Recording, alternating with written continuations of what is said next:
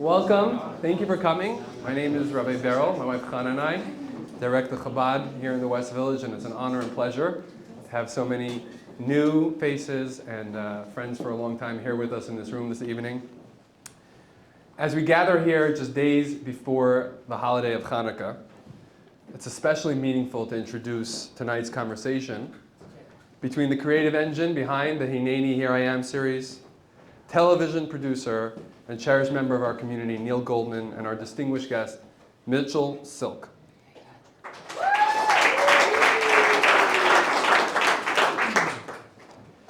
Mitchell Silk is not only a seasoned Washington insider and a highly accomplished public servant. He's also a proud, visible Hasidic Jew who never compromised his standards or his absolute reverence for halacha. Even as he rose to some of the highest levels of government, in a world where power often demands conformity, Mitchell demonstrated something rare: the strength to succeed without shedding the values, the appearance, or the commitments that define us.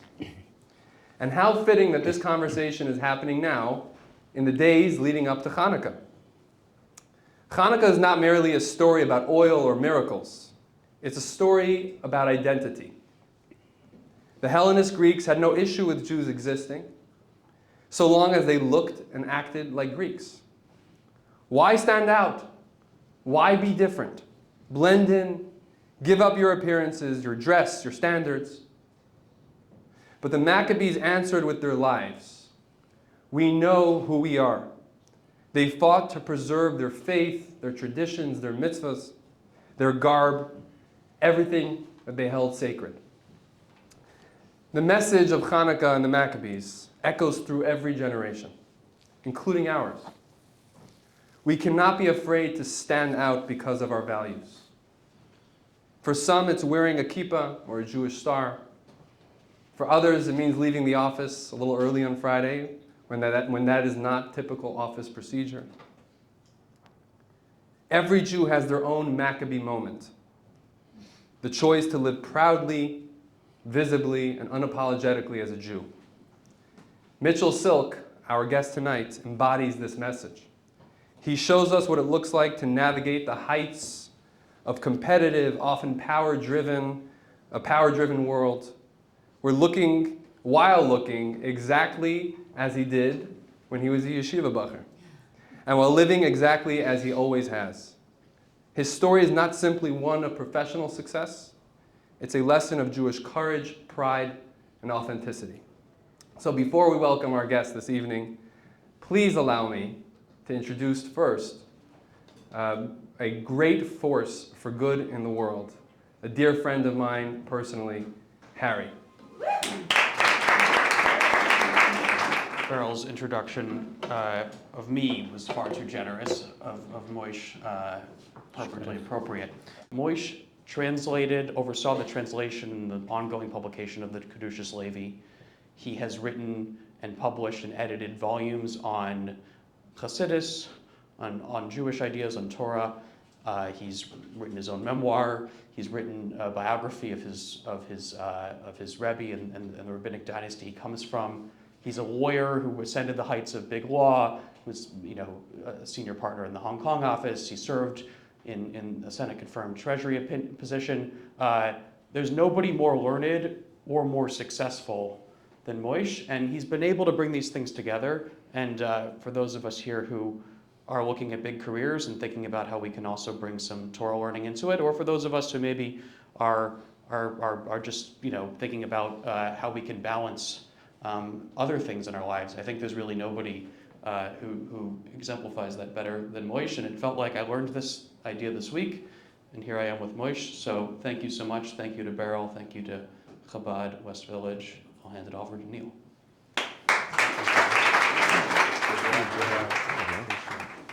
Hi, everyone. Welcome. Moish, it's so nice to meet you. Congratulations on your new book, which I read and really enjoyed. You have a fascinating life. We're happy you're here. And before we start, I want you to know that of all the Hasidic men who speak fluent Mandarin and Cantonese and have served in the United States Treasury, you are by far our favorite at Chabad West Village. By far our favorite. Not even close. So I want to ask you about what you did in government, but first I want to ask you about who you are. You are, just keep track of time here, you are a Hasidic Jew, which means that you come from a movement that arose in Eastern Europe in the 1700s, which was a revolution in Jewish life. For people who aren't familiar with what it means to be Hasidic, what is the essence of that movement, and what does it mean to you to be Hasidic? Great questions. Thanks so much for the nice intro. I want to answer the question, but I would be very, very remiss if I did not follow the age-old tradition of our forefathers to start with a thank you for our great hosts. So if you'll allow me and indulge me for a second, thank you to the friends at Singer, and particularly Harry and Daniel. Thank you very much to Chabad of West Village, Ribeiro, wherever you might be. Thank you so much to you and your wife for organizing all of this. Thank you for all of your hard work before this, and I'm going to thank you in advance for suffering through the next 60 minutes. I'm really extraordinarily happy to be here. I kind of feel, well, we'll save the Hanukkah blessing for last, yeah? Because the rabbi mentioned Hanukkah, but we'll do that last. So let me take the question from maybe 3 or 4 different levels. Let's start with the basics. Let's talk a little bit about approach and perspective, and let's talk about a key conduit. So the basics of being a Hasid mean that, like every other Jew, we believe in God, we're God-fearing, and we follow God's blueprint. That's set down in a very good book, and there's extrapolations from that good book which give us daily guidance, which are in the form of the Code of Jewish Law, the Shulchan Aruch. So those are the basics, and you would say, well, gee, that's the same for every religious and spiritual Jew, so what, Manishtana, what's the difference between a Hasid and another religious Jew? So then I get on to approach and perspective. So as you mentioned, 300 years ago, before the Baal Shem Tov, who was the founder of the Hasidic movement, the Jewish religion was a rather exclusive one, which was accessible to those who were busy learning all day long, steeped in learning in the yeshivas of the day, who practiced their religion in a rather rote way, learning, achieving milestones in learning, and doing the mitzvahs, the commandments, the way that we bring energy into the world in the manner that's prescribed within the black and white of the classical sources. The Baal Shem Tov came along and he said that there has to be something more for those that are not in the top single-digit percentage of the religion. There has to be something for the Bali Agula, all of the wagon drivers. There has to be something for the bakers. There has to be something for the fellows that sew clothes. And he sought to bring religion down in a manner that was closer to the earth. The practice of religion was not necessarily to the key of knowing by heart every single prayer in the whole of the daily liturgy or the Sabbath liturgy or the holiday liturgy, but rather to be able to express oneself to connect to God in a manner that the normal Joe or Yosef or Yankel could relate to. And one of the mannerisms or one of the approaches was through joy. One of them was typified through dance. One of them might have been typified through similar forms of expression. And so the religious approach was one of less formality and more in relation to the common person, and therefore less exclusive. Which is not to say, and it's interesting to see how Hasidus has developed today. In many ways, the Hasidim today are even more to the right in terms of conservatism of approach to religion than their counterparts of yesteryear, the Litvish, Yeshivish people. But one point that I wanted to make on what being a chassid is relates to approach. And what I mean specifically, or what I'm referring to specifically in using the word approach, is how we look, or how we are to look at life, what informs our life and our daily practices. And I come down to a very simple point of myself as a chassid, and others look at the mundane as an opportunity to bring spirituality into the world. Every act that I do, I see it as an opportunity to uplift whatever I'm engaged in. So how has my spirituality informed my work? So you walk into a meeting with the secretary, you walk into a meeting with a foreign minister of finance, right? It is an opportunity. I viewed it as an opportunity to do good for my country, to further our national interest.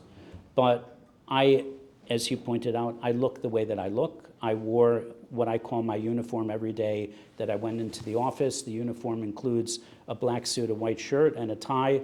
I've got a hat that I wore all the time into the building. I would take it off when I got into the building. And however much or not, we say in Yiddish, wie nicht, people would look at me and say, this guy is different. And so I would constantly feel the pressure of the world every second that I was at work, knowing that all eyes were on me, and knowing that every facial expression of mine, every word that I had to say, every action that I took was the difference of projecting well or not projecting well. We call that in Jewish the difference between a Kiddush Hashem, an opportunity to sanctify God's name, and a Chilul Hashem, an opportunity, or rather not, to desecrate his name. A key channel and a key characteristic of being a chassid is being aligned with a Rebbe. So what is a Rebbe? We have a picture here of you with your Rebbe. Yeah, that's actually in Europe. It's in Poland. And it's at the grave of the Ropshitzer Rebbe, a great Hasidic Rebbe of a couple hundred years ago, from whom my dear wife descends, and my Rebbe is also a descendant of the Ropshitzer.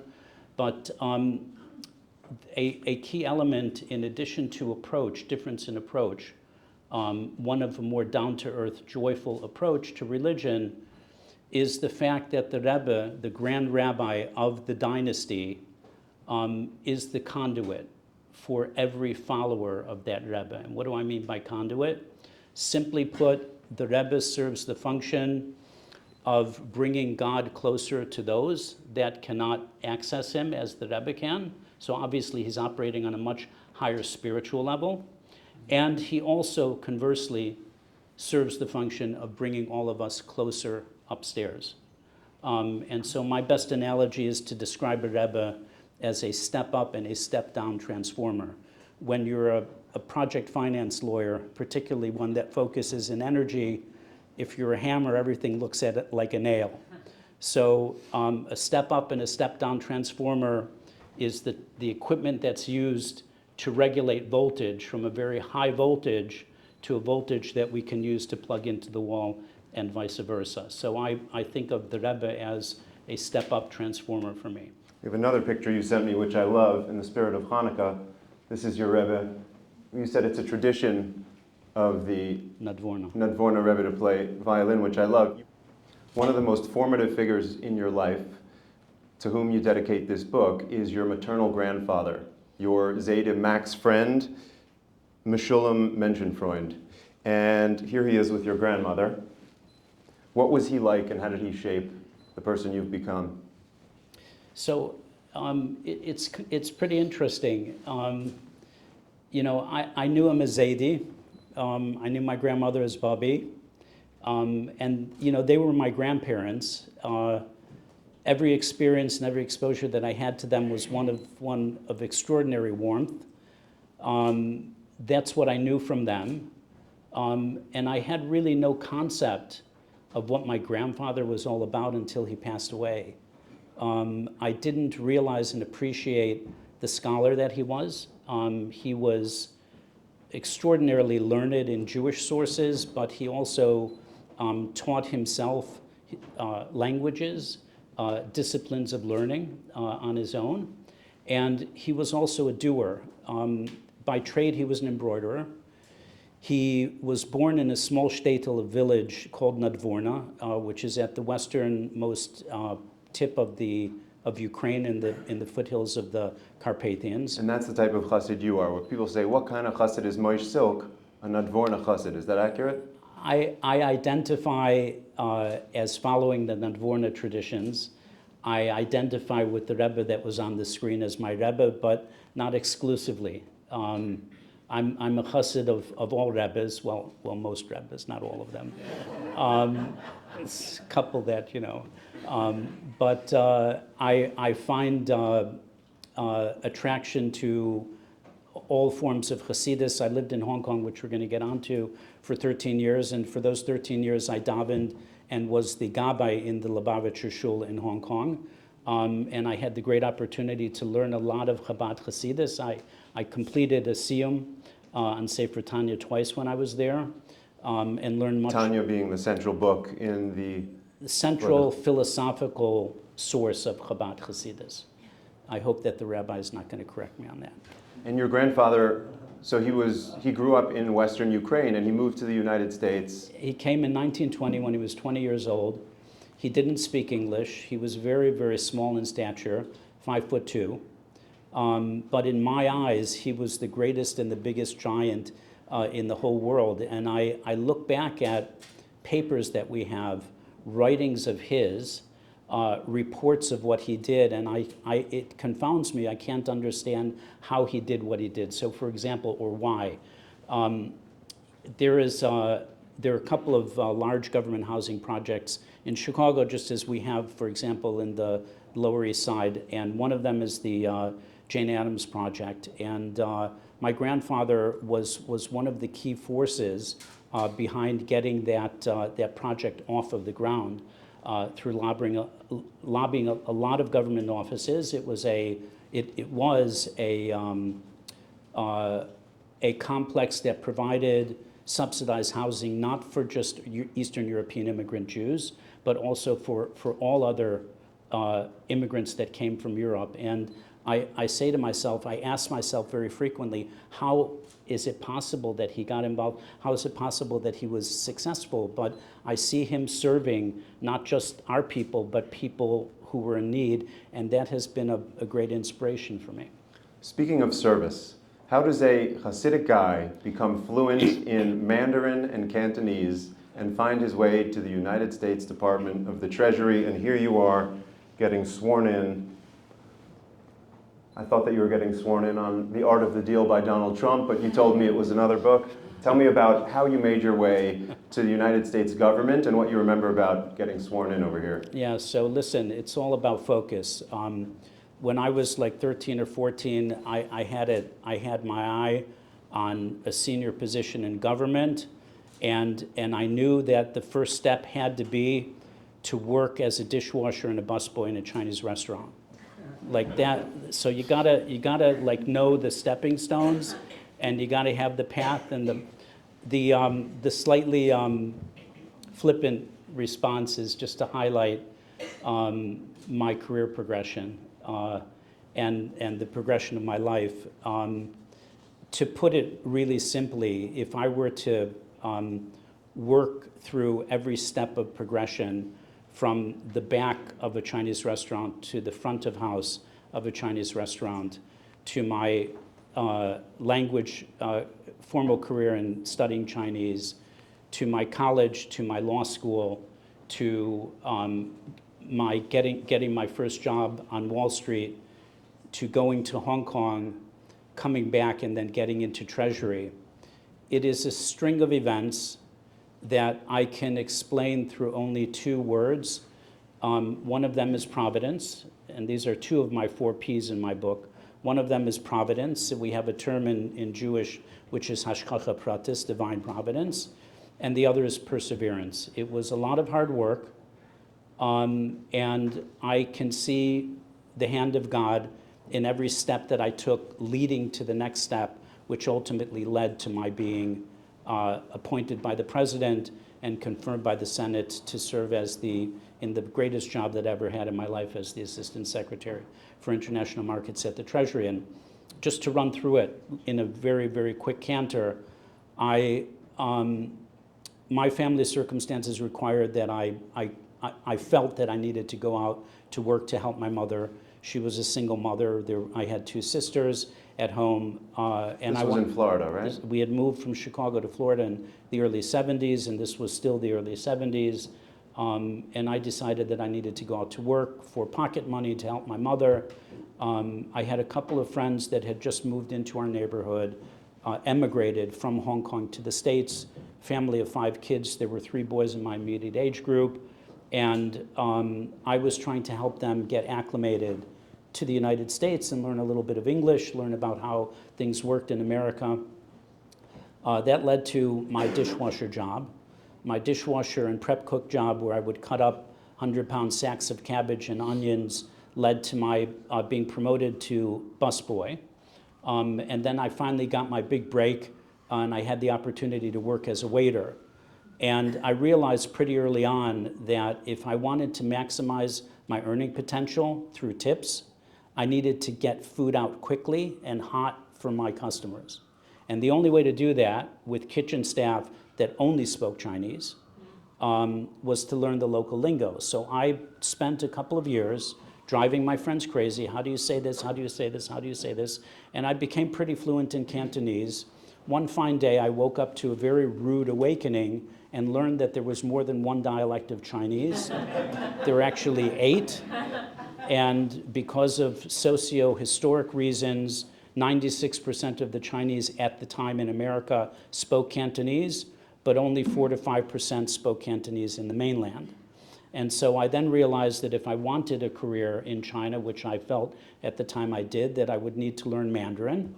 I went to Middlebury College Summer School of Chinese in '79, did a year's college worth of credits there in 15 weeks, and then went on to study at the National Taiwan Normal University for a year in Taiwan.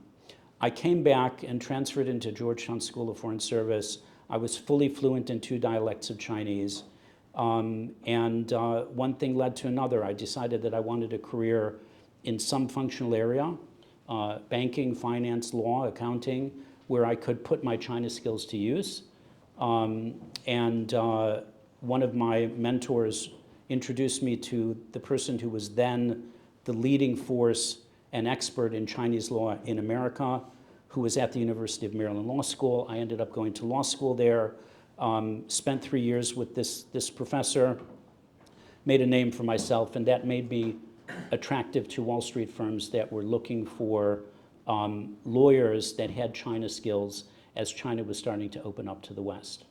It was a couple of years into my career that China opened up to the West in the energy and infrastructure sectors, allowing foreign investment in energy and infrastructure in China. A number of the leading firms in that area opened up offices in Hong Kong.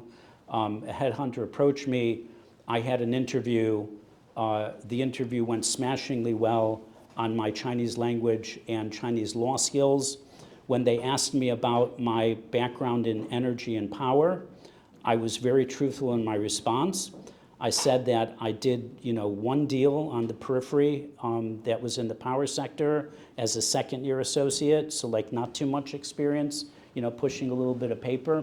But I had been dutifully paying my Con Ed bills for 15 years.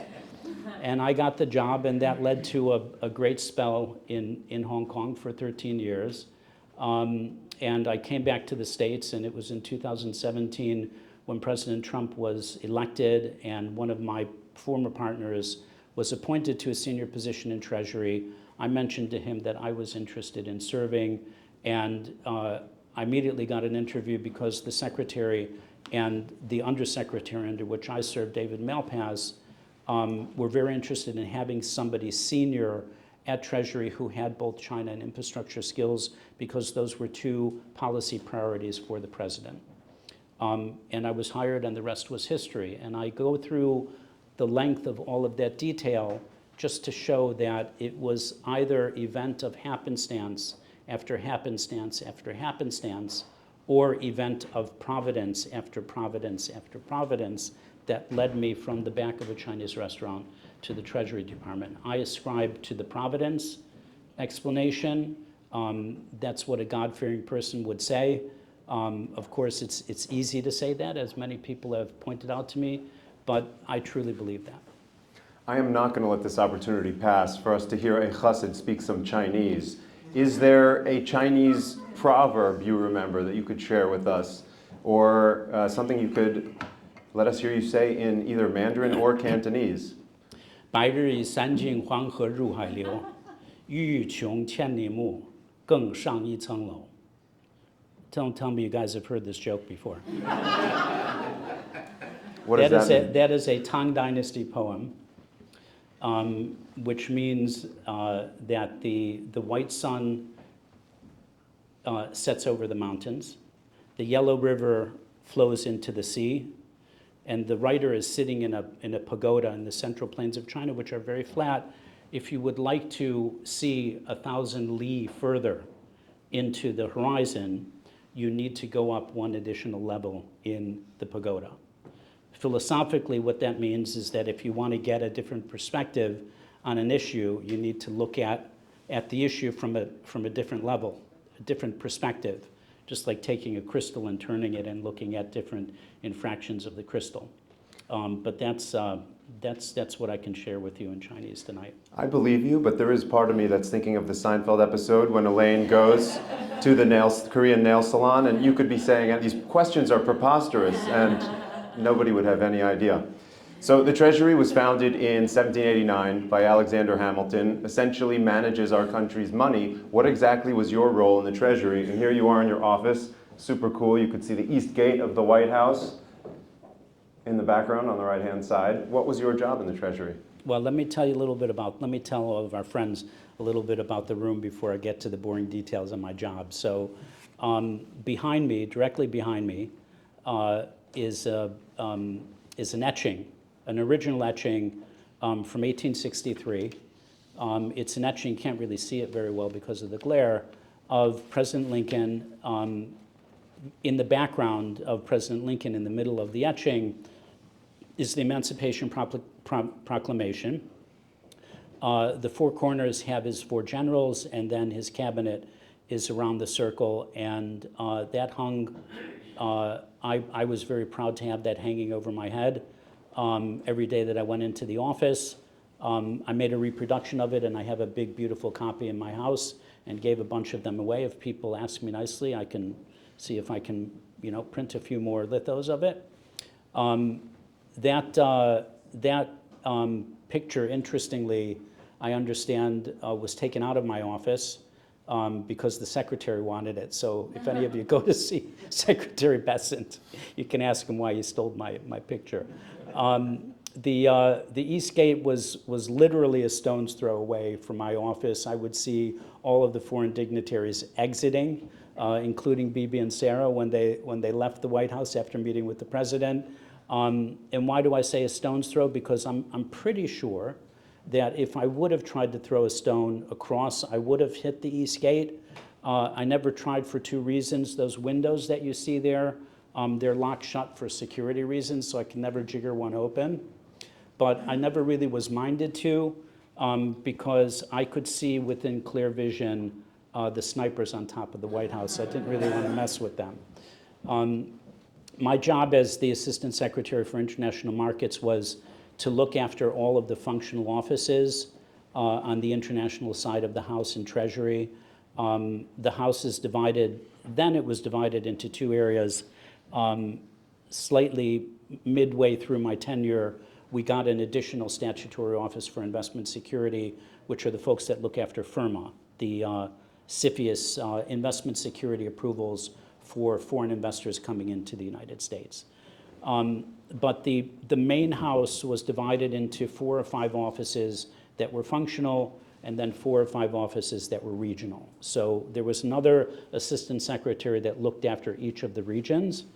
My job included the offices of trade, and the big matter that took up most of my time in that area was acting as a senior negotiator for the China Phase 1 trade agreement. I actually drafted the first draft agreement that we put on the table. I looked after an office called the Office of Technical Assistance, which is an office comprised of about 500 civil servants that act as the United States, essentially the United States government's financial advisor to foreign governments on fiscal financial matters. I looked after the Office of International Financial Markets, probably one of the biggest in Treasury. That office focuses on any regulatory or policy issue relating to our financial institutions going abroad or foreign financial institutions coming into the country, including matters of fintech. It was a very large portfolio that required a lot of international engagement, including representing the United States before the Financial Stability Board. And then the final area that I looked after was an office that I stood up in infrastructure finance, where we essentially helped foreign government partners grow their domestic economies through helping them execute energy and infrastructure projects, focusing primarily on private capital solutions. Now, I got a little gift during my last 9 months of service. You'll recall that the term ended in January of 21. We had a very small set of 2 global issues, really small issues, as you may recall, that came up in March of 2020, that kind of shut the world down and shut the country down. So our government's response to provide support to coronavirus was in the form of the CARES Act. The CARES Act was, in its first iteration, was a $2.2 trillion support package that had many, many different areas of relief. One of those was initially a $76 billion relief package to the airlines that I ran. It was later upped in the last 3 weeks of the administration to $94 billion, and I'm very proud to have designed the whole of that programming and implemented it to save 600,000 American jobs. Let's talk about China, which is back in the center of the news, and the Trump administration wanted you because of your expertise in Asia. Your new book is A Seat at the Table, an inside account of Trump's global economic revolution, and a lot of it has to do with China. What was Trump's global economic revolution, and how did he get it done? You know, the approach that the president took with China is very much a clear illustration of what his approach was in many other areas of the economy, which is a rather bold approach and a rather practical approach that came out of his many years of being a very successful business person and particularly successful at transactions. He's the master negotiator who's good on the strategy, good on the tactics, and I kind of liken him to the master of three-dimensional chess. And the way that we can see that in the China relationship is pretty simple and pretty bold. He used leverage to get the Chinese to come to the table. We had a playbook that was very thoughtful, that was very thorough, that was very detailed, and we stuck by that playbook, notwithstanding every single procedural foul that the Chinese tried to play with us, and we stuck with it for meeting after meeting after meeting until we got to an agreement that we felt addressed and the president felt addressed the core issues that were presented. So what were the issues that the president stepped into? To start at the very top, before the specifics of the policy, concrete policy issues and concrete desired incomes we wanted, what the president inherited was basically a decade of complacency with China, where the previous couple of administrations, 8 years of the Obama 2 administrations, and even a couple of years of the latter end of Bush administration, thinking that China eventually will come around and align itself with the global order. And that was the expectation. What does that mean, will align itself with the global order? That it will play ball according to global market rules and principles and global economic principles as well. The president stepped into, both times, and Biden did as well, a very large trade deficit, a deficit that came about for a number of reasons, but a key one of which was the high level of subsidies that the Chinese government provides its exporters and its manufacturers at the expense of every other competitor in the world, not just limited to the Americans, which creates a not level playing field for those that are competing with China on whatever product or service they may be exporting, more on the product side. And so the trade deficit level that the president stepped into at the beginning of 45 was at around 375 billion. There were some very significant issues on the respect of intellectual property rights. There were issues with forced technology transfer. There were issues with predatory industrial policies that China was practicing. And there were very significant non-tariff barriers of entry into China of foreign investors and foreign service providers that were interested in coming in, blocks that were put up. So they do business here, but we're not allowed to do business there. And a great example that I can give of that one is one that I used actually at the table on financial services, where I had a graph that showed the growth of Chinese bank assets in the United States from 2005 to the date that we were negotiating, call it 2018. There were years in the growth, there were about 7 or 8 Chinese banks in the United States. There were years where in all years growth was double digit in terms of growth of assets. In one year it was triple digit, right?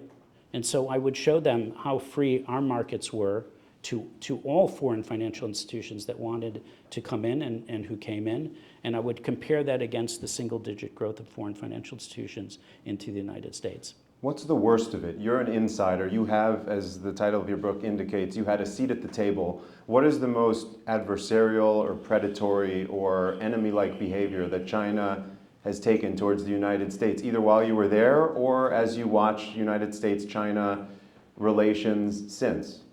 So I referred a little bit earlier to process fouls. Process fouls? Yeah, which means that when you're in a negotiation, you have substantive issues in front of you. There's the substance, the commercial points that you want to achieve, whatever your desired outcomes are. The process issues, if you're talking about a regular commercial negotiation, are not so many if you're in a normal business context, right? I'm doing a deal with you, we'll agree. I'm going to come to your office, you're going to come to my office. We're going to meet at this time, we'll meet another time. It's a whole other ball of wax when negotiating with a foreign country. You're talking about delegations of people between 50 and 100 people, agreeing where you're going to meet, what city, how many days, how many hours, what the protocol is going to be, how many people can attend, who can attend. And there was every attempt to throw confusion and delays into the process so that the ultimate desired outcome that we were seeking and that they knew we were going to make progress on to one degree or another, and therefore to their detriment, so that they can put that off. So let me give you some practical examples. Some of them are entertaining, but entertaining, slightly sad.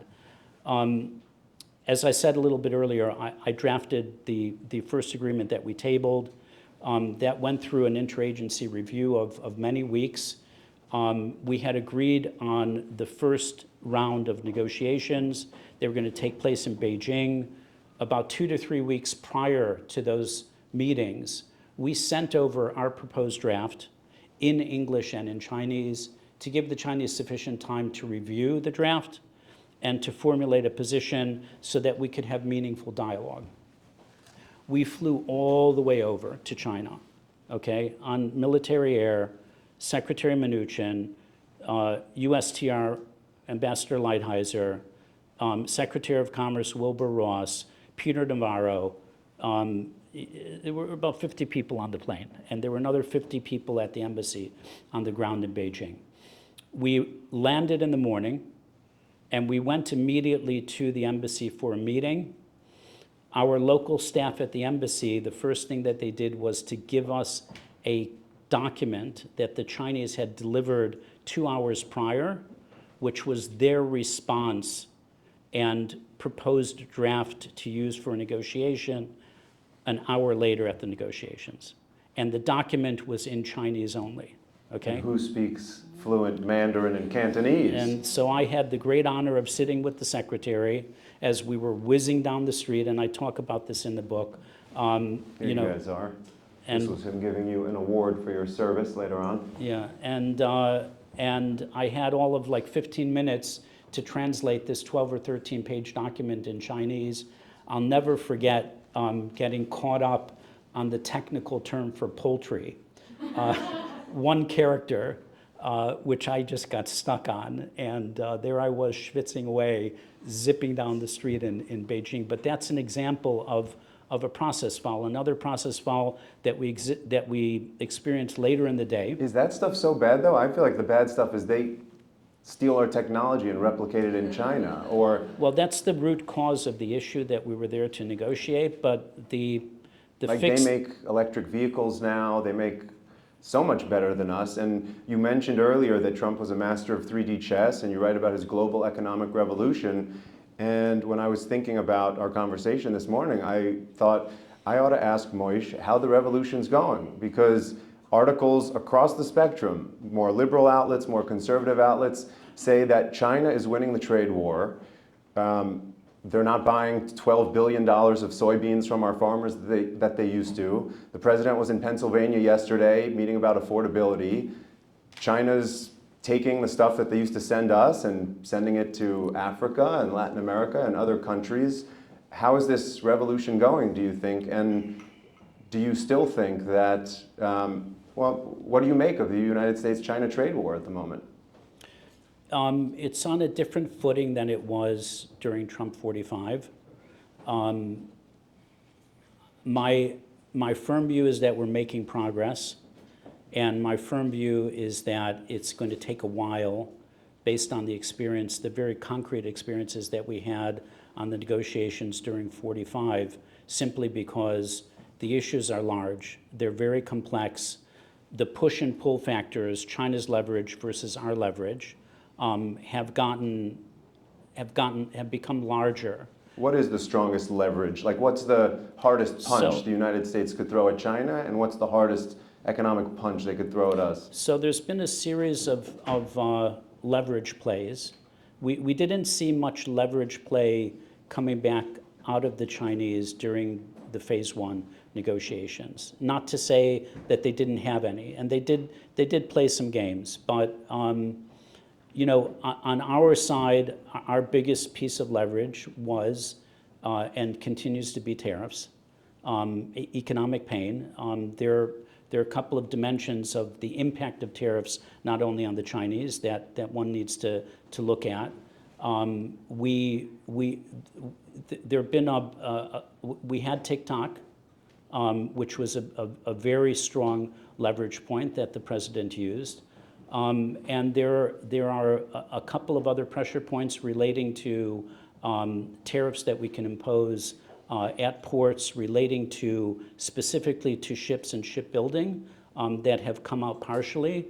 And there are probably 3 or 4 that the president has in his pocket as well. I think the interesting part of the discussion, though, is what the Chinese have and what they've been using. So you referred to soybeans, right? So soybeans is an interesting one. We produce, I think it's about 115 or so, give or take, million metric tons of soybeans a year. And historically, the Chinese had taken between 30 to 40% of those. So it's a very significant source of soybean sale revenues to our farmers, right?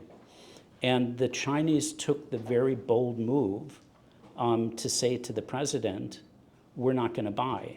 And that's noteworthy for 2 points, for 2 reasons. Number one, it shows just how much of a command and control economy China has versus what we have. And this comes back to the uneven playing field that I referred to a little What's bit a earlier. command and control economy? Where the economic planning and policy is set up at the top through 5-year plans of the Chinese government and the Communist Party, and it's implemented on a province-by-province basis and then on a district-by-district basis within the country.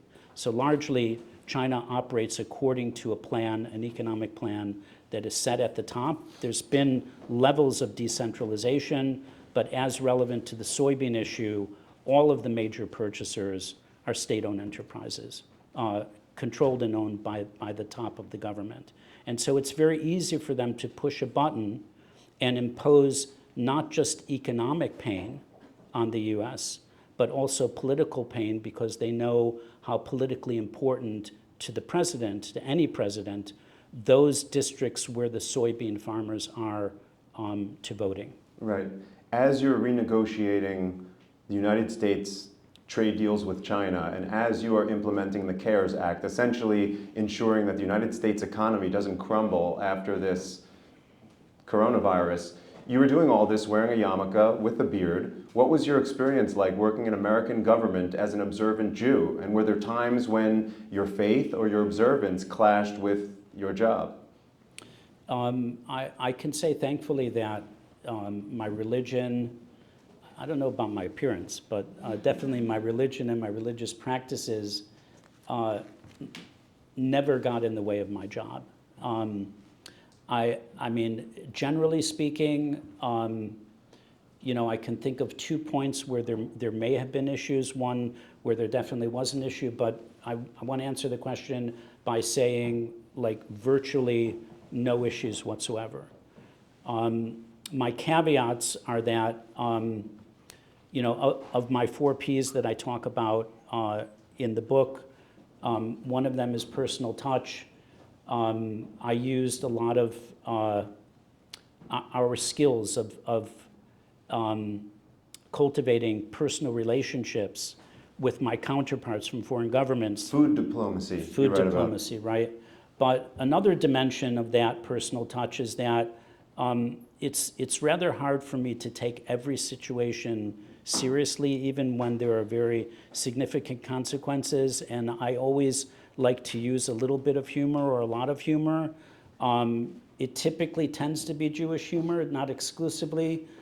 So sometimes I did get into a little bit of trouble because of that, but I suppose that that's my fault and nobody else's, right? You ever had a situation in government or outside of government where a woman reaches to shake your hand and you say, I don't do that? I had this very occurrence about a week ago. I was asked to speak at the big Israel Hayom event here in the city. The Israeli newspaper? Yeah, and Dr. Adelson, who's a legend. Miriam Adelson. Yeah, who's the owner and the widow of the founder. I spoke, and after my talk, the organizers wanted to introduce me to Dr. Adelson, and so they brought me up to her. And she's a medical doctor. I didn't know that she was Israeli, but she's Israeli, native Hebrew speaker.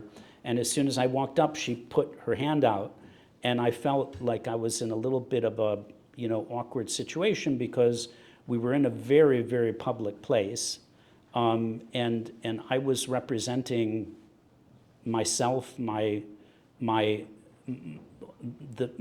Hasidic background. I felt that there was a little bit of a public image issue. It's not as if we were like in a conference room somewhere with a couple of people. And so I felt that it was slightly inappropriate for me to reciprocate, but on the other hand, how could you not reciprocate? And I said, I'm terribly sorry. And then she said, well, is there a problem? And I said, well, yes, actually there is, because if I were to shake in public the hand of a woman as beautiful as you, I think my wife would have some views on it. How did that play?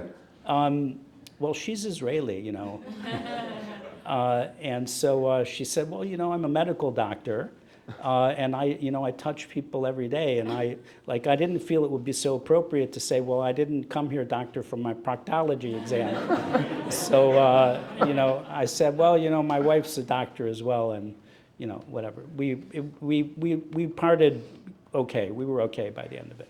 It's clear that you love this country because you had a very lucrative job as a partner at Allen & Overy. Don't remind me. And then this opportunity came about to serve in our government. And I'm wondering, having served in our government and having had that seat at the table, what is something that you appreciate about the United States of America more that you could never have appreciated before you were a public servant? I think it's pretty simple, and I come back to my dishwasher example. I mean, gee, if somebody who worked as a dishwasher in a Chinese restaurant could work their way up and make it to a presidentially nominated, Senate-confirmed position, I think anybody can. I think back to your first or second question about my grandfather. My grandfather always spoke about this country as being a country of opportunity and a country of chesed, a country of giving. I think that basically says it all. There's abundant opportunity in this country, and specifically relevant to this conversation, there is opportunity for anybody that chooses to serve to actually serve in whatever way they want. People can stay in their jobs that they may be very comfortable in and contribute in a way that doesn't require them to join government, but they can contribute, right?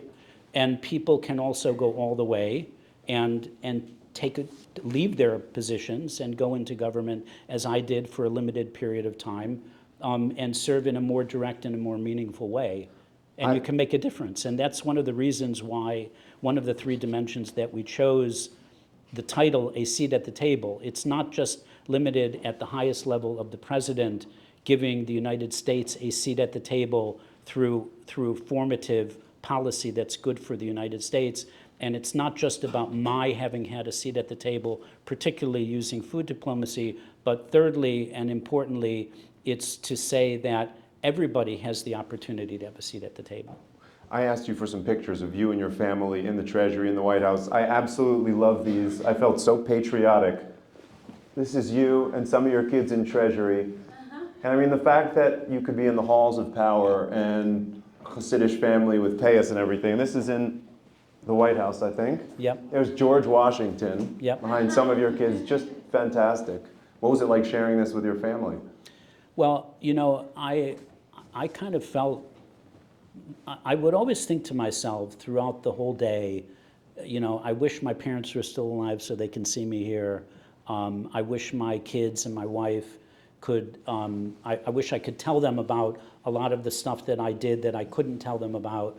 And of the stuff that I could tell them about, I wish that they could be here and see me. So it was very meaningful for me to take them into the White House, where I would go almost every day of the week for meetings, and particularly to take them into the Treasury building. The Treasury building, main Treasury, is the oldest still functioning federal office building in the country. I think it's one of the most beautiful buildings in the country. The picture that we saw right before this is in the Western Dome that was renovated, completely renovated to history, finishing for over a 10-year period that finished up when I was at Treasury. And it's just a beautiful, majestic building with a ton of American history in it. And so to me, it was like, it was an experience that I wish every American can have. As great as this country is, It's not a perfect country, and it suffers from the world's oldest hatred, as it's been called. And anti-Semitism has unfortunately been rearing its head lately in both the Democratic Party and the Republican Party. This is a difficult question, but where do you think it's coming from, and what do you think we can do about it? Well, it's coming from the same sources that have been driving anti-Semitism for the centuries. So that's not a new one. The shocker for me is where we see the country today, not just in how insidious the anti-Semitism and anti-Israel sentiment is, but in the divisiveness and the different forms that it's starting to appear that we haven't seen previously, right? There have been, there's been anti-Semitism that's been expressed in words.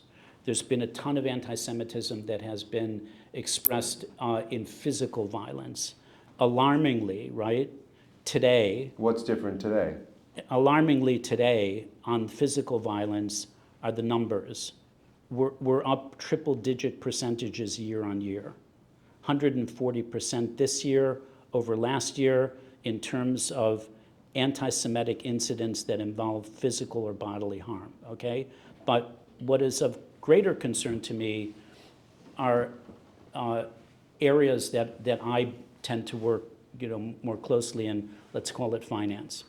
So in New York City alone, decision by the comptroller of New York City to take a decision with respect to the management of pension funds, pension assets, to discontinue the purchase of Israel bonds, which I've written about, and in my view, it was a politically motivated decision. I see no other reason when looking at matters from a kind of financial metrics and investment decision-making standpoint, why that decision was made. Even more troubling than that, if we're talking about the weaponization of the financial markets against Israel and against Jews, but particularly in this case against Israel, Moody's earlier in the year downgraded the sovereign rating of Israel. So what's interesting about that? The interesting side of it is that the Moody's rating was 2 notches lower than the 2 other well-recognized rating agencies, S&P's and Fitch's. And over history, there are very few, you probably count them on the fingers of one hand, an instance where there's a divergence in rating agencies on a sovereign rating. And I went through the analysis of Moody's.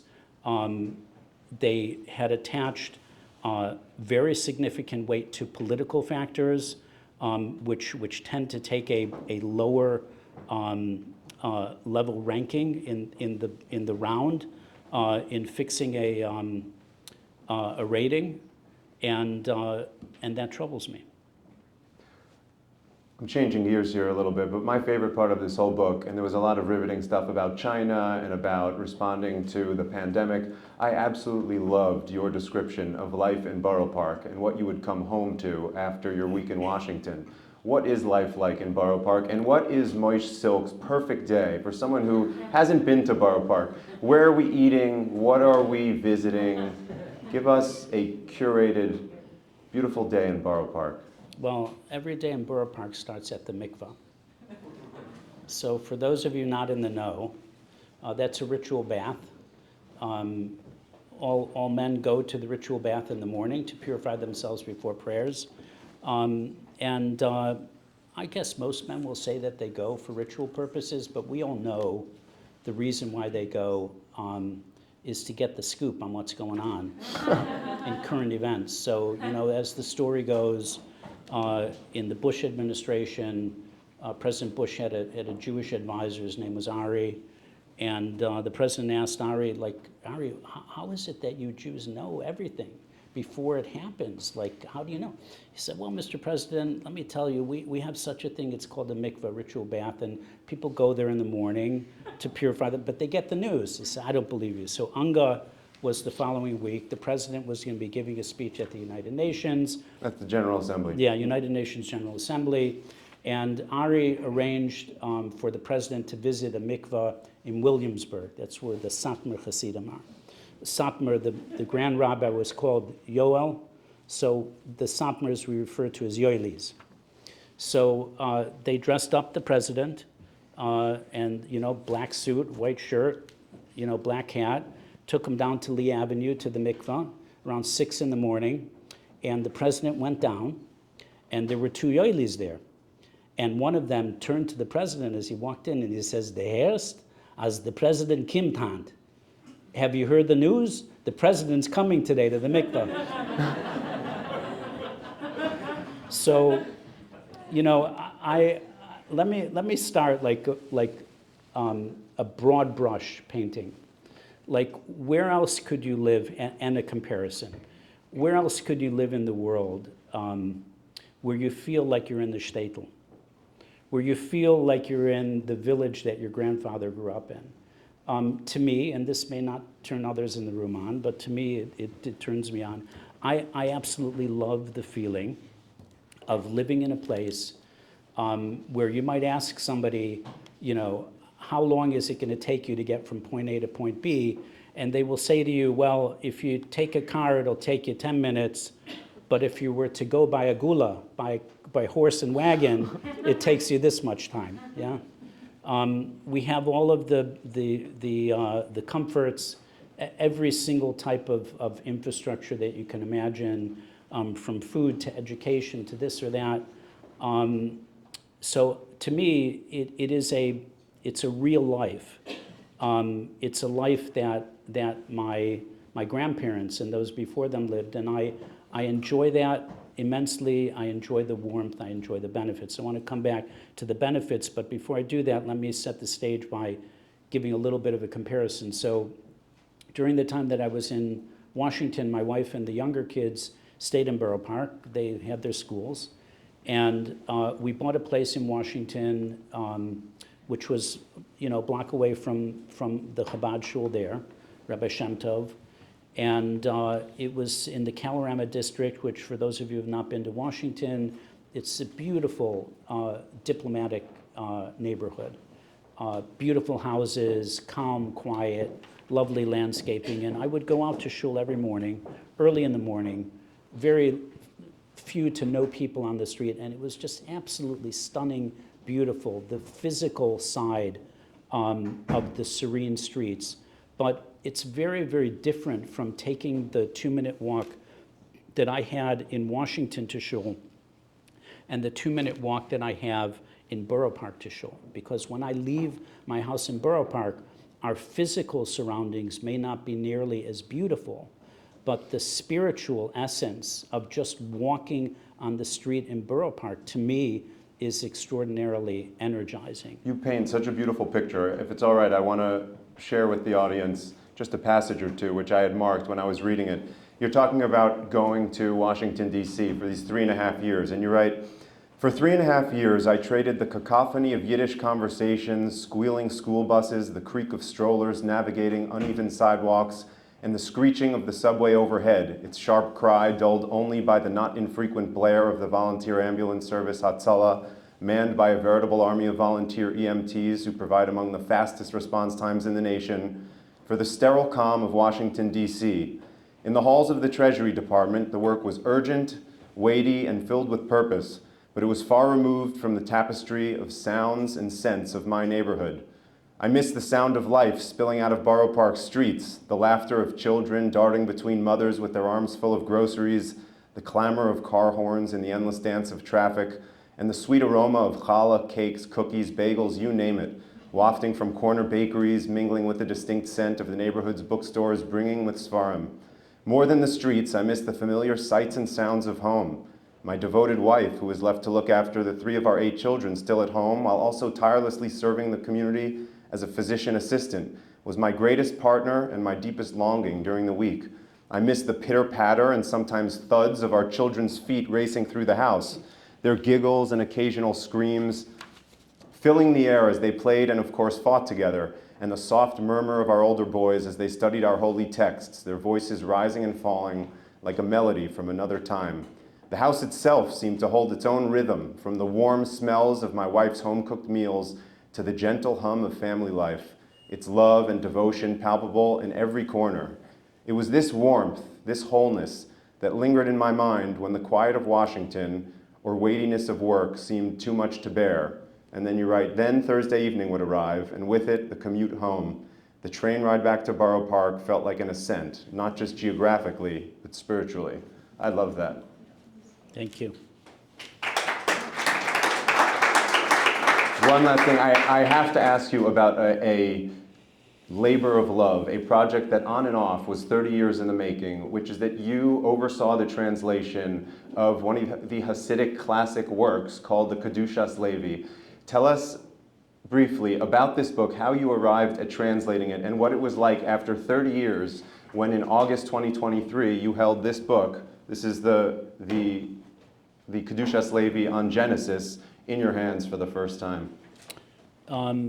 So I had an idea for this project in 1995. When I was living in Hong Kong, I longed to have, I didn't have that many study partners, people that I could learn with, and I wanted to have access to learning aids, other sources that would assist in whatever I wanted to study. And at the time, the Art Scroll publisher, which is probably the largest publisher of Judaica today, which has printed, put out a whole library of all of the Talmudic and biblical classics, they had started but not yet completed their translation of the Talmud. They've now finished the whole Babylonian and the Jerusalem Talmud, the whole of the Mishnah, and et cetera, et cetera. They were there. There were a couple of other large publishers, Feldheim and others, but very few, other than Chabad, were putting out quality, accessible, readable, engaging English translations of Hasidic work. And so I said, if Art Scroll can do this for the core, why can't somebody do this for Hasidic work?